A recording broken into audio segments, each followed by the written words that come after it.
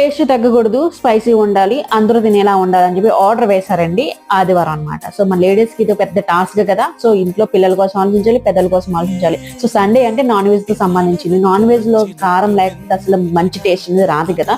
But పిల్లల కోసం కూడా ఆలోచించాలి కదా. సండే చికెన్ మటన్ వండేసుకుంటాం, బట్ చారు కంపల్సరీ పెడతాం. సో చారుతో పిల్లలకైతే తినిపించదు అనే ఐడియా ఉంటుంది చాలా మంది. బట్ అలా చేయడం తప్పు అనమాట. పిల్లలు కూడా చాలా సండే కదా అని చెప్పేసి ఎంజాయ్ చేస్తారు కదండి. సో వాళ్ళ కోసం అయితే ఇదన్నమాట. మీరు తీసుకున్న చికెన్ ని సగం తీసుకోండి, దాంట్లో ఉల్లిపాయ పేస్ట్, కారం, కొంచెం పసుపు అవన్నీ కూడా యాడ్ చేసి కొంచెం ఆయిల్ వేసి దాంట్లో బాగా మగ్గనివ్వండి. ఆయిల్ కొంచెం బయటకు వచ్చిన తర్వాత నేను చెప్పాను కదా, సో కొన్ని వాటర్ వేసుకొని కొంచెం బియ్యం తీసుకోండి. ఏ గ్లాస్ బియ్యం తీసుకున్నా ఆ గ్లాస్ తోని 2 గ్లాస్ ఆఫ్ వాటర్ వేసుకోండి. చిన్న పచ్చిమిరపకాయ, వాము వేయడం మర్చిపోకండి. జీలకర్ర, వాము, నేను చూపించిన చెక్క డెఫినెట్ గా వేసుకోండి, ఎందుకంటే అరుగుతుంది. సో మంచిగా సండే అయితే కంప్లీట్ అవుతుంది. సో పిల్లలకి బిర్యానీగా ఉంటుంది, మనకి కూడా సండే చికెన్ మటన్ తో మనం కూడా ఎంజాయ్ చేస్తాము. సో ఇది ట్రై చేయండి ఇన్ కేస్ మీ చిన్న పిల్లలు ఉంటాయి. ఓకే.